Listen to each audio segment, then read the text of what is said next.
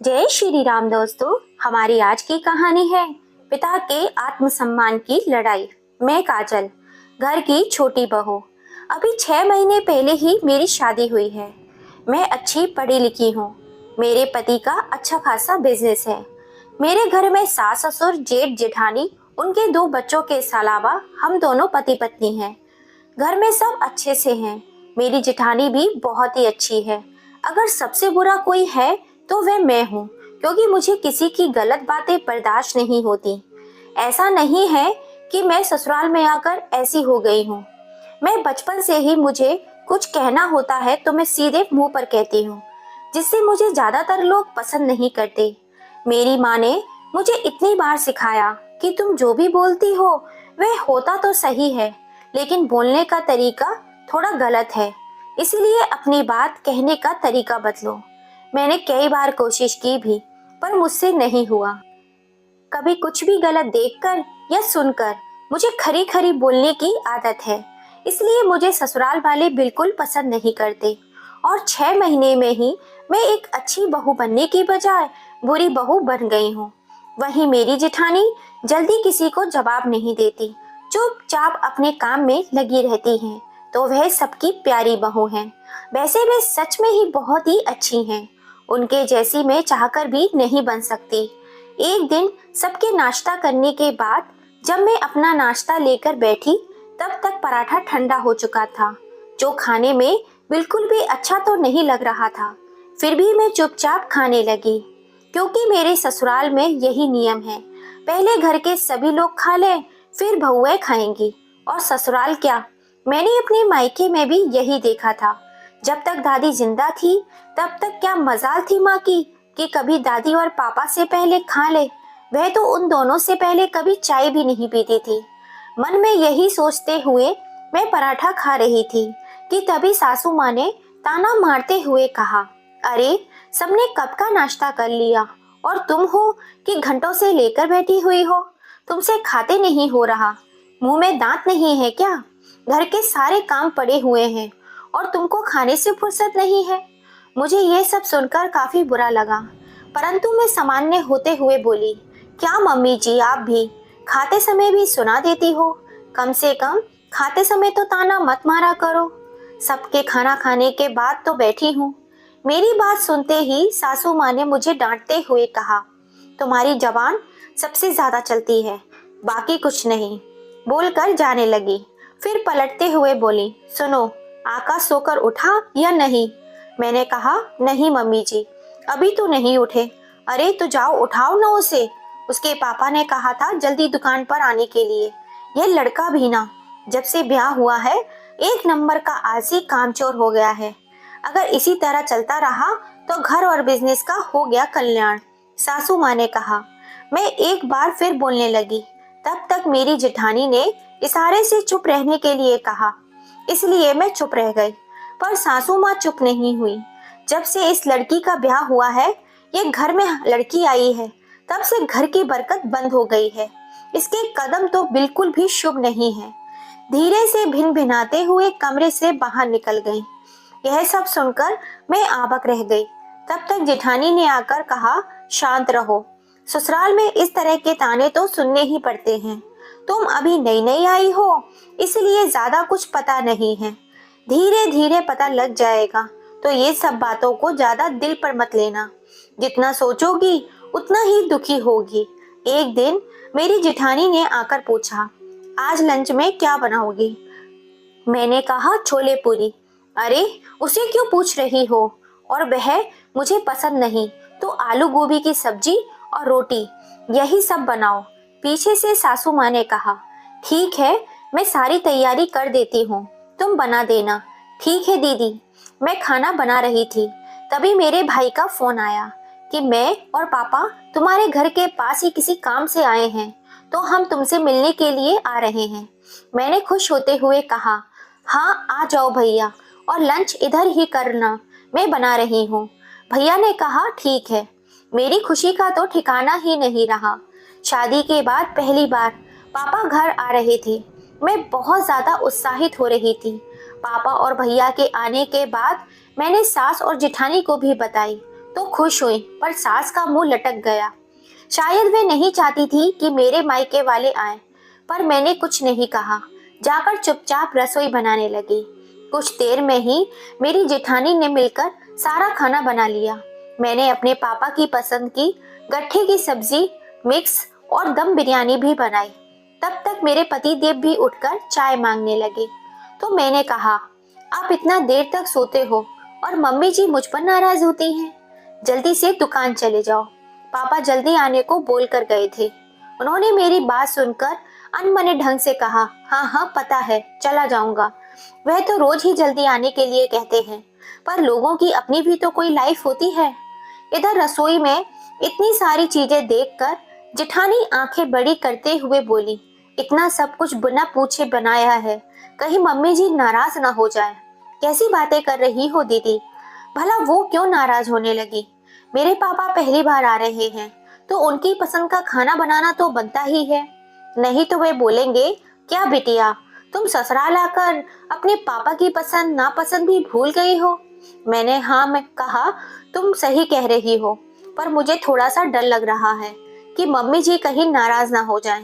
वह क्या है ना, इतने सालों से मैंने कभी मम्मी से बिना पूछे खाना नहीं बनाया, और मेहमानों के आने पर तो बिल्कुल भी नहीं। जिठानी जी बोली, अरे ठीक है ना दीदी, नाराज भी होंगी तो मैं थोड़ा सुन लूंगी।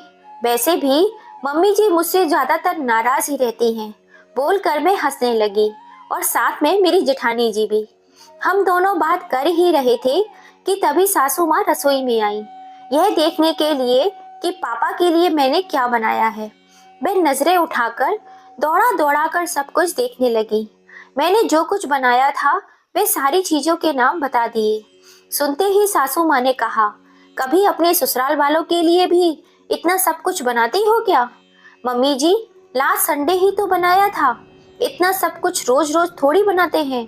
रही बात पापा की, तो वे पहली बार आ रहे हैं, इसलिए कुछ स्पेशल तो होना ही चाहिए था। मेरी बातें सुनकर सासू माँ मुंह टेढ़ा कर खिसियानी सी मुस्कान लेकर चली गई। तभी थोड़ी समय के बाद पापा और भैया दोनों आ गए। तब तक सास ने ससुर को भी बता दिया था कि समधी जी आ रहे हैं, तो वे भी घर आ गए। एक दूसरे का हालचाल पूछने के बाद सबने एक साथ लंच किया। अब बातचीत का सिलसिला शुरू हो गया। तब मैं और मेरी जेठानी भी उठकर खाना खाने आ गए। तब मेरे पापा ने पूछा, समधी जी, मेरी बेटी अच्छे से तो रहती है ना? उसके व्यवहार से आप खुश तो है ना? आप सबकी सेवा करती है कि नहीं? कोई शिकायत तो नहीं? पापा जी की बात सुनकर मैंने जेठानी जी से कहा, देखना दीदी, पापा जी का तो पता नहीं, लेकिन मम्मी जी जरूर कहेंगी। बाकी सब तो ठीक है, बस आपकी बेटी की जुबान कुछ ज्यादा ही तेज है। लेकिन यह क्या? पापा की बात पूरी होने से पहले ही ससुर जी ने जरा अकड़ते हुए कहा, वह सब बाद में करेंगे, पहले ये बताइए कि कैसे आना हुआ? जी यहीं पास में कुछ काम था, तो हम दोनों बाप बेटे आए थे, तो सोचा बिटिया और आप सबसे मिलते चलूं। वैसे भी काजल की शादी के बाद मैं आया नहीं, तो उससे मुझसे बहुत ज्यादा शिकायतें थी कि पापा आप आते क्यों नहीं हैं। ससुर जी बोले, तो हमें खबर क्यों नहीं की कि आप आ रहे हैं? नहीं जी, मैंने दामाद जी को फोन किया था और बिटिया को भी पता था कि हम दोनों आने की बात कर रहे हैं। क्या उसने आपको नहीं बताया? नहीं, पापा जी ने कहा। ससुर जी जरा सख्त होते हुए बोले, पहले ये बताइए यह घर किसका है? मेरा, आपकी बेटी या दामाद का? पापा जी बोले, आप कैसी बातें कर रहे हैं समधी जी, बेशक घर आपका है, तो फिर मुझे बताकर आना चाहिए था ना, या बेटी या दामाद को। तभी तो मैं सोचूं कि आखिर आपकी बेटी ऐसी क्यों है। अरे जब बाप ही ऐसा है तो बेटी तो ऐसी होगी ही ना। समधी जी क्या हो गया है, और आप ये कैसी बातें कर रहे हैं? कहाँ की बात कहाँ लेकर जा रहे हैं? ठीक है, आपको अच्छा नहीं लगा तो अगली बार से मैं आपको बता कर ही आऊंगा, पर इस तरह बात मत करिए। वैसे क्या किया काजल ने, क्या बताऊं? कोई एक बात हो तो बताओ ना। कोई संस्कार नहीं दिया आपने, एकदम संस्कारहीन है आपकी बेटी। दोनों की बातें सुनकर मैं थाली छोड़कर उठ खड़ी हुई और बाहर आने लगी। पर मेरी जेठानी ने मेरा हाथ पकड़कर रोक लिया। ना मैं सर हिला दिया कि नहीं, तुम बाहर मत जाओ। बाहर तो नहीं गई, पर खाना बीच में छोड़कर कमरे में आ गई, जहां से उन दोनों की बातें मुझे साफ साफ सुनाई दे रही थी। ससुर जी अब भी बोले जा रहे थे। उनकी बातें सुनकर पापा और भाई दोनों गंभीर हो गए। कुछ पल के लिए शांत रहे, फिर बोले, क्या हुआ? क्या किया है मेरी बेटी ने? आप क्यों इतना नाराज हो रहे हैं? क्या क्या बताऊं? कोई एक बात हो तो तब ना। सबसे पहले तो आपकी बेटी को किसी भी बात की लाज नहीं है। सबसे छोटी है, लेकिन घर में बड़ों से किस तरह बात करनी है, जैसे वह सबसे बड़ी हो। पति को नाम लेकर बुलाती है। समधी जी, आजकल तो अपने पति का नाम लेकर ही सब बुलाते हैं। भला ये तो कोई नाराज होने वाली बात नहीं है। पापा जी की बात सुनकर ससुर जी ने तुरंत कहा, तो इसका मतलब आपकी पत्नी भी आपको आपका नाम लेकर ही बुलाती है? देखिए, यह चलन आपके घर में हो सकता है, मेरे घर में नहीं। आपकी बेटी अपनी सास की एक बात भी नहीं सुनती, हर बात पर सवाल जवाब करती है। भला यह क्या तरीका है बहू का? हर वक्त अपनी मन की करना चाहती है। अगर मेरी पत्नी बर्दाश्त नहीं करती तो यह घर कब का टूट गया होता। ससुर जी की शिकायत सुनकर मुझे तो शौक पर शौक लगा जा रहा था। आज तक तो मैं यही सोचती आ रही थी कि सिर्फ मेरी सास ही खड़ूस और सख्त मिजाज की है, पर यहाँ तो ससुर जी तो सास से भी 2 कदम आगे थे। मुझे उनकी कड़वी बातें बर्दाश्त नहीं हो रही थी। मेरी आंखों में आंसू आ गए। मैं झटके से घर से बाहर निकली सफाई देने के लिए, परंतु मेरी जिठानी ने एक बार फिर मेरा हाथ कमरे में खींच कर बैठा दिया। क्या बेवकूफी है, तुम इस तरह बार बार बाहर जाने की कोशिश क्यों कर रही हो? 2 लोगों के बीच में भला तुम क्या बात करने जा रही हो? जिठानी की बात सुनकर मैंने कहा, देखो दीदी, मैं तुम्हारी बातें नहीं सुनूंगी। मैं बुरी हूँ तो थोड़ी सी और बुरी बनने दो, लेकिन यह सब सहन करना मेरे बस के बाहर है। जानती हूँ, पर अभी चुप रहो। वे दोनों बात कर रहे हैं ना, तो तुम बीच में मत बोलो। पर मैं फिर भी जाने लगी तो जेठानी जी बोली, ठीक है, जाकर बोल और खूब इंसल्ट करवा ले अपने भाई और पापा की। जेठानी ने गुस्से में मेरा हाथ झटकते हुए कहा, तो मैं वापस अपने कमरे में आकर बैठ गई और खूब रोने लगी। मुझे रोते देख मेरी जेठानी भी रोने लगी। बस इतना समझ ले कि ससुराल में पैर जमाना आसान नहीं होता। दोनों की बातें अभी भी जारी थी। अब की बार मेरी सास बोल रही थी, अरे मेरी बड़ी बहू इतनी सुशील और संस्कारी है, क्या बताऊं, क्या वह पढ़ी लिखी नहीं है? वह तो बड़े खानदान की है और कंपनी के मालिक की बेटी है। जितनी उसके बाप की कमाई है उतनी आपकी कमाई नहीं है, लेकिन फिर भी घमंड दूर दूर तक नहीं है। और एक आपकी बेटी है। अरे जिस दिन से मेरे बेटे के संग ब्याह हुआ है, आपकी बेटी मेरे घर में आई है, तब से मेरे घर की बरकत बंद हो गई है। बड़े अशुभ कदम है आपकी बेटी के। मेरा बेटा बहुत मेहनत करता है, लेकिन ब्याह के बाद तो काम करना ही बंद कर दिया है। मेरे छोटे छोटे पोते पोतियों से काम कराती है। और बताऊं आपको, आपने तो हमें ठग ही लिया। शादी से पहले तो बड़ी बड़ी बातें कर रहे थे, मेरी बेटी ऐसी है वैसी है, लेकिन देख लिया पिछले 6 महीनों में ही असली रंग। वे कहते हैं ना, खोदा पहाड़ निकली चुईया। सास ससुर के मुंह से सारी बातें सुनकर मेरे पापा ने सिर झुका लिया। ठीक है, हमें जो कहना था वह हमने कह दिया। अब आपको बिटिया से जो बात करनी है कर लीजिए। ससुर जी ने कहा तो पापा ने मुझे आवाज लगाई, काजल बेटा बाहर आना जरा। मैं तुरंत बाहर निकलकर पापा के पास गई।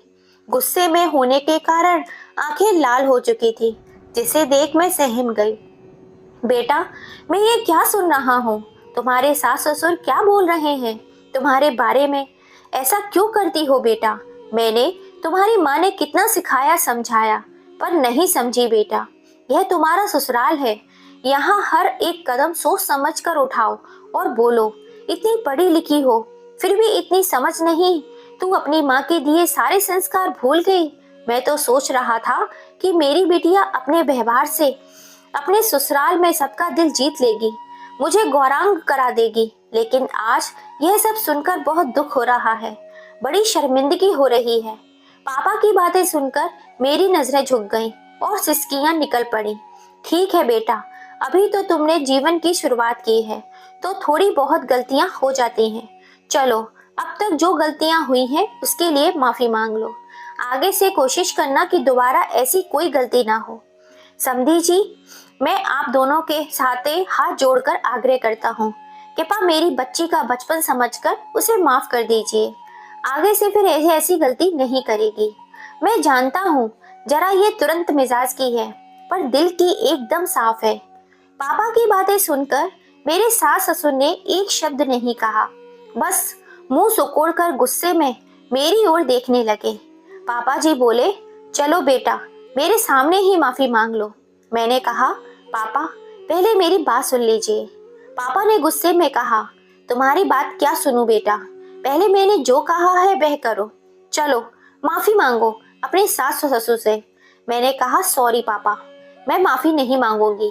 देखा क्या बदतमीज लड़की है, अपने ससुराल में मेरी नाक कटा दी, फिर भी इसे अपनी गलती का एहसास नहीं हुआ। पापा ने अब की बार गुस्से में दांत पीसते हुए कहा। यह सुनकर मैंने कहा, पापा भला आपने एक तरफ की बातें सुनकर कैसे फैसला कर दिया?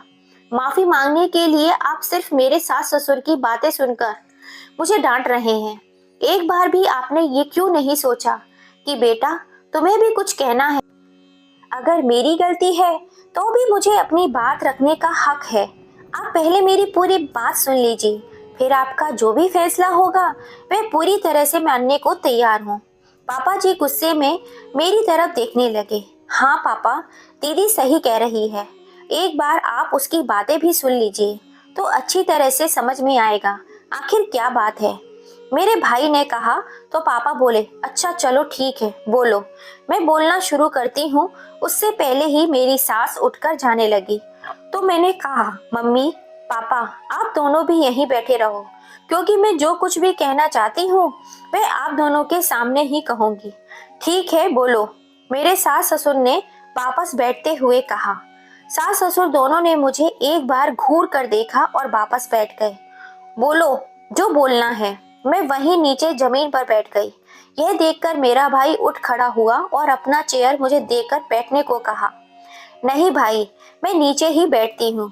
मेरे ससुराल में यही नियम है कि जब घर के बड़े सोफा और चेयर पे बैठे हो तब हमें उनकी बराबरी में नहीं बल्कि नीचे जमीन पर बैठना है।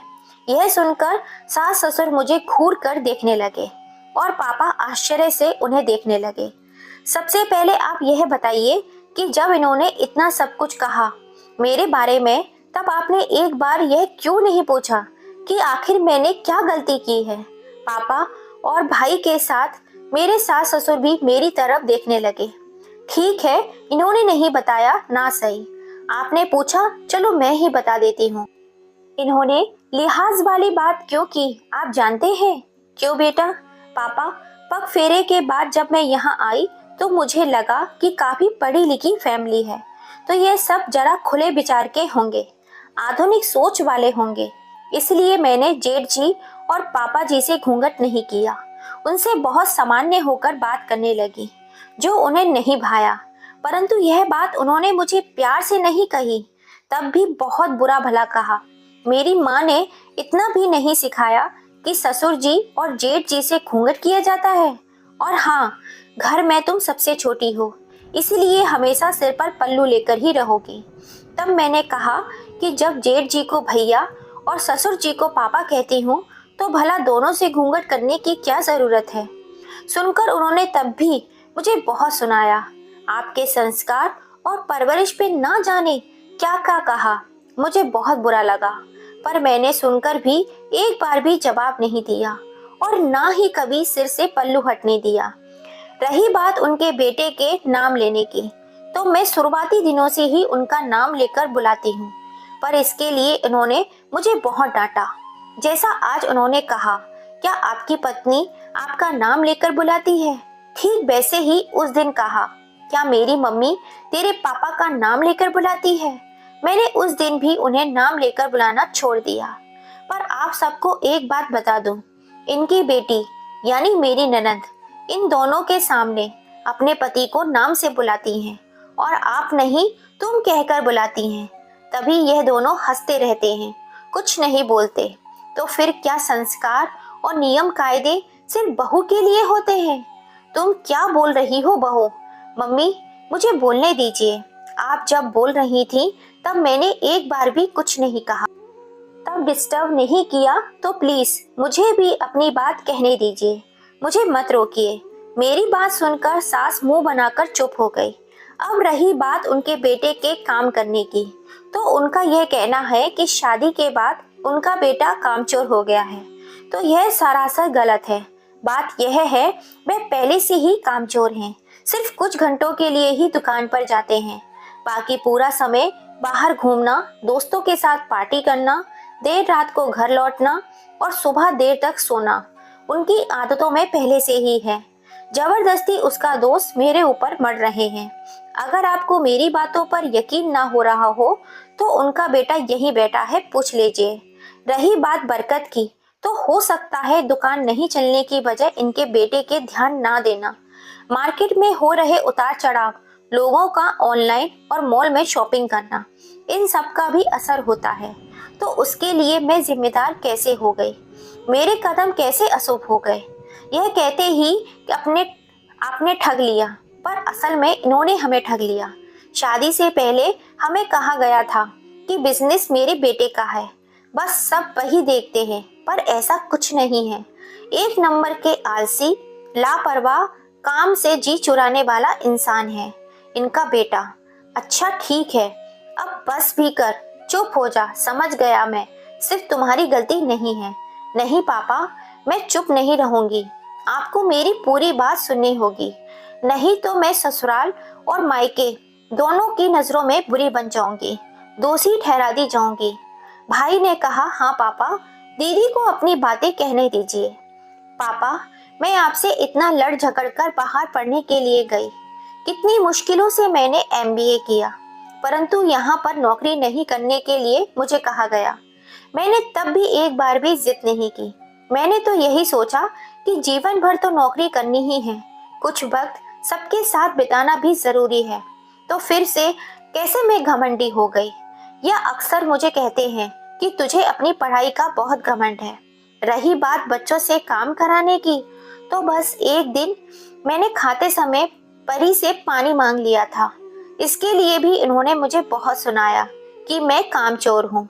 फिर बच्चों को सिखा दिया कि आइंदा मेरा काम ना करें। उसके बाद मैंने बच्चों से कोई काम नहीं करवाया।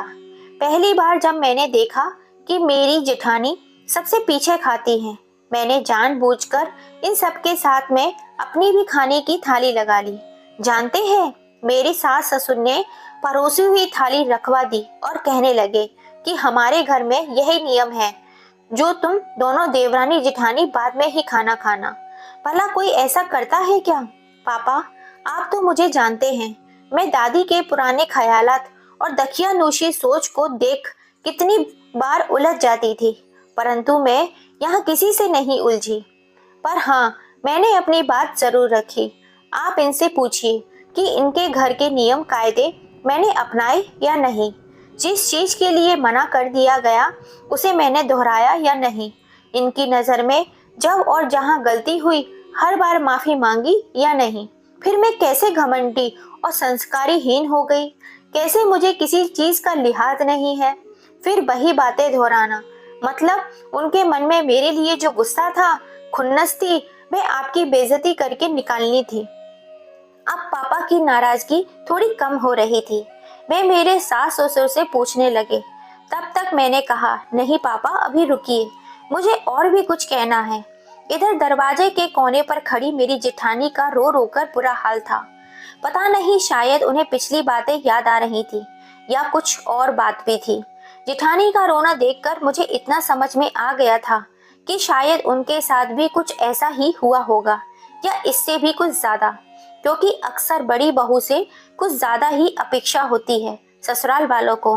हाँ पापा, उन्होंने कहा, मेरी जेठानी बहुत ही संस्कारी है। तो हाँ, वे सच में संस्कारी हैं, पर यह संस्कार उनके माँ बाप के दिए हुए हैं। इन्होंने तो सिर्फ सताया है। यह तुम क्या बोल रही हो? मैंने कब सताया है बड़ी बहू को? जरा बाहर निकलो बड़ी बहू, तुम ही बताओ, इन्हें कब क्या कहा, क्या सताया? जबरदस्ती का यह हम लोगों के ऊपर झूठा झूठा इल्जाम लगा रही है। वे क्या बोलेंगी? देखकर तो लगता ही नहीं कि वे कभी मुंह भी खोलती होंगी। सताने का मतलब सिर्फ शारीरिक नहीं, मानसिक तौर पर भी होता है, जो कि आप सबने बहुत किया है। मेरी बात सुनकर सासू माँ बौखला गईं। अरे, तुझे आज 6 महीने हुए नहीं और तू सब कुछ जान गई है। किसे हमने सताया है? अब तू ज्यादा और गलत इल्जाम लगा रही है। मैं गलत इल्जाम लगा रही हूँ तो आप ही बताइए, क्या कभी उन्हें खुलकर जीने दिया? बोलने दीजिए, एहसास होने दिया कि तुम भी इसी घर की सदस्य हो। यह घर तुम्हारा भी है, तुम अपने हिसाब से रह सकती हो। आपको पता है पापा, किसी काम में देरी हो जाए या गलती हो जाए तो तुरंत कहती हैं कि तुम्हारा घर है, जो अच्छे से काम करो, अच्छे से संभालो। बाकी किसी अच्छे काम के लिए, कुछ करने के लिए अपने बेटी दामाद से राय लेती हैं। घर के किसी भी निर्णय में हम दोनों को नहीं लेती हैं, लेकिन अपनी बेटी दामाद को जरूर शामिल करती हैं। और अंत में होता भी वही है जो इनकी बेटी चाहती है और दामाद चाहते हैं।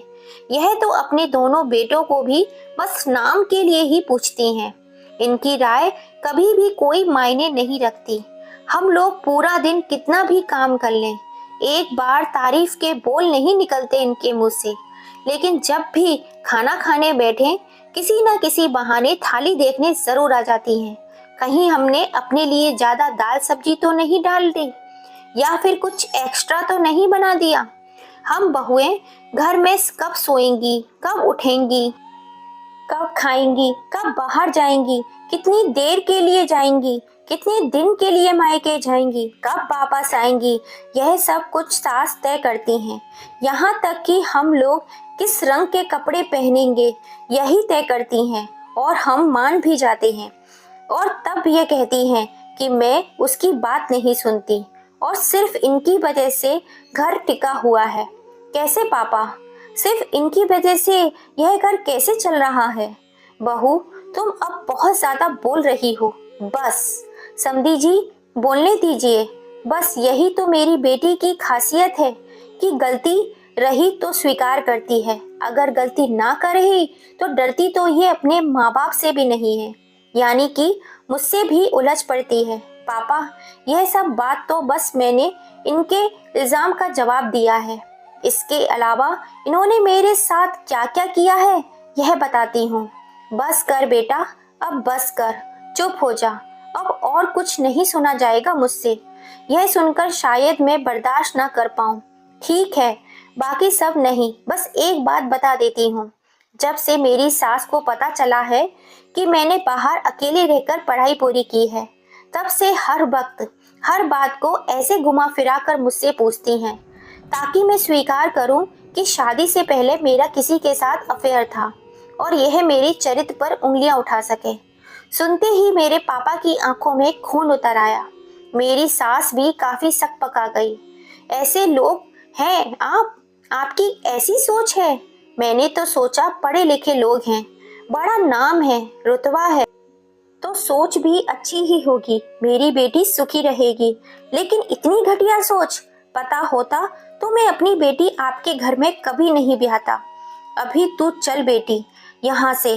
तूने इतना सब कुछ बोला है इनके खिलाफ, अगर अब तू इस घर में रुकी तो तेरी ये दुर्गति कर देंगे, क्योंकि इन्हें बहू नहीं कठपुतली चाहिए जो इनके इशारे पर नाच सके। हाँ पापा, आपने सही कहा, और मैं कुछ दिनों के लिए नहीं, हमेशा हमेशा के लिए जाऊंगी।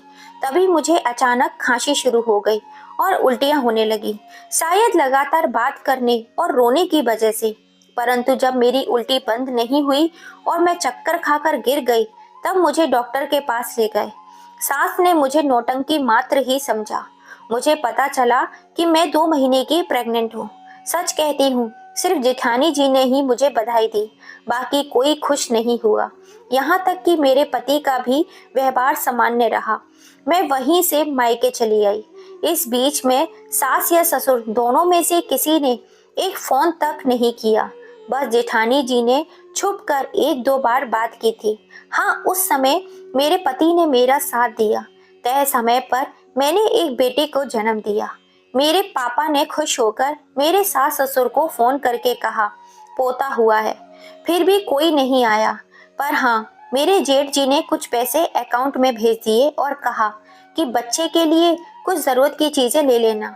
अब तक तो मायके के लगभग सभी लोगों को पता चल गया था, जो कि मुझे पसंद नहीं करते थे। वह सब ताने देने लगे, सारी जिंदगी घर पर ही बैठी रहेगी, इतनी जबान चलाती है, भला ससुराल में कैसे रह पाएगी, इतनी छूट दे रखी है इस लड़की को, भला बिटिया इतनी जबान क्यों चलाती है। जो मुझसे बर्दाश्त नहीं हो रहा था, पर माँ के काफी समझाने के बाद मैं शांत हो गई। बच्चा अब 9 महीने का हो गया तो मेरे पति ने कहा, चलो अब अपने घर चलते हैं। बच्चे को देखकर मम्मी पापा की सारी नाराजगी दूर हो जाएगी।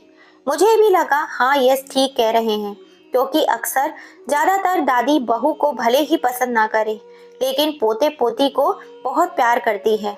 यही सोचकर मैं घर वापस अपने ससुराल आ गई। परंतु यहाँ पर मेरे सास ससुर मुझसे बात तक नहीं करते थे, मुझसे दूर दूर रहते थे, बच्चे को भी गोद में नहीं लेते थे। मुझे बहुत तकलीफ हुई, रोना भी आया। हाँ एक बात बता दूं, अब तक मेरे हस्बैंड को अपनी जिम्मेदारी समझ में नहीं आई थी, अच्छे से काम नहीं करते थे।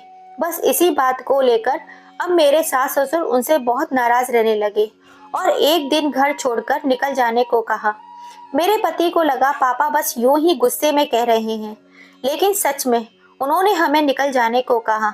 यह रोने लगे कि छोटे से बच्चे के साथ कहाँ जाऊंगा।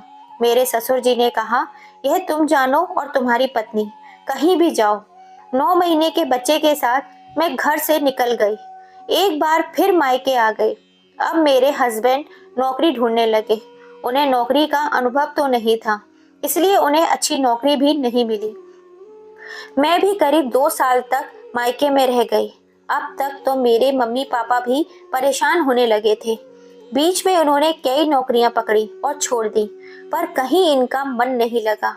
अंत में जेठ जी को फोन किया, उनसे पैसे मांगे और एक छोटी सी दुकान डाली। मैंने भी अब जॉब करना शुरू कर दिया था। धीरे धीरे दुकान से भी बरकत होने लगी। बस इसी बीच में दोबारा से दूसरे बच्चे की मां बन गई। इस बार मैंने सास ससुर को कहा, लेकिन ना तो वहां से कोई आया और ना ही मुझे बुलाया। इस बार भी सब कुछ मेरी माँ ने ही संभाला। करीब 1 वर्ष के बाद अब मैं ठीक ठाक जीवन बिता रही हूँ और अब सब कुछ ठीक है। परंतु ससुर की नज़र में मैं अब भी बहुत बुरी हूँ और संस्कारीहीन बहू हूँ। मेरा ससुराल जाना बहुत कम होता है। सास ससुर को बुलवाने के बाद भी जब वे दोनों मेरे पास नहीं आए, तब मैंने भी जाना बंद कर दिया। हाँ, जेठानी जी से कभी कभी मिलने जाती हूँ, कभी कभी मेरे घर आ जाती हैं। वह मुझे देखते ही रहती हैं। बड़ी हिम्मत वाली है रे तू, धन्य है तुम्हें, कम से कम तुमने अपना मुंह तो खोला, विरोध तो किया। मुझ में तो इतनी हिम्मत भी नहीं थी। एक दिन मैंने भी उनसे पूछ लिया, दीदी आप उस दिन इतना क्यों रो रही थी? उन्होंने ज्यादा तो कुछ नहीं कहा, बस इतना ही बताया कि जितना तुम्हारे साथ हुआ है उससे कई दुगना मेरे साथ हो चुका है। और तुम्हारे पापा को तो खाना भी खिलाया, मेरे पापा को तो खाना भी नहीं खाने दिया। इन सब ने बस इसी बात को याद करके रो रही थी। तो फिर तुम क्यों नहीं इतनी संस्कारी बनी फिरी हो? क्यों नहीं छोड़ देती?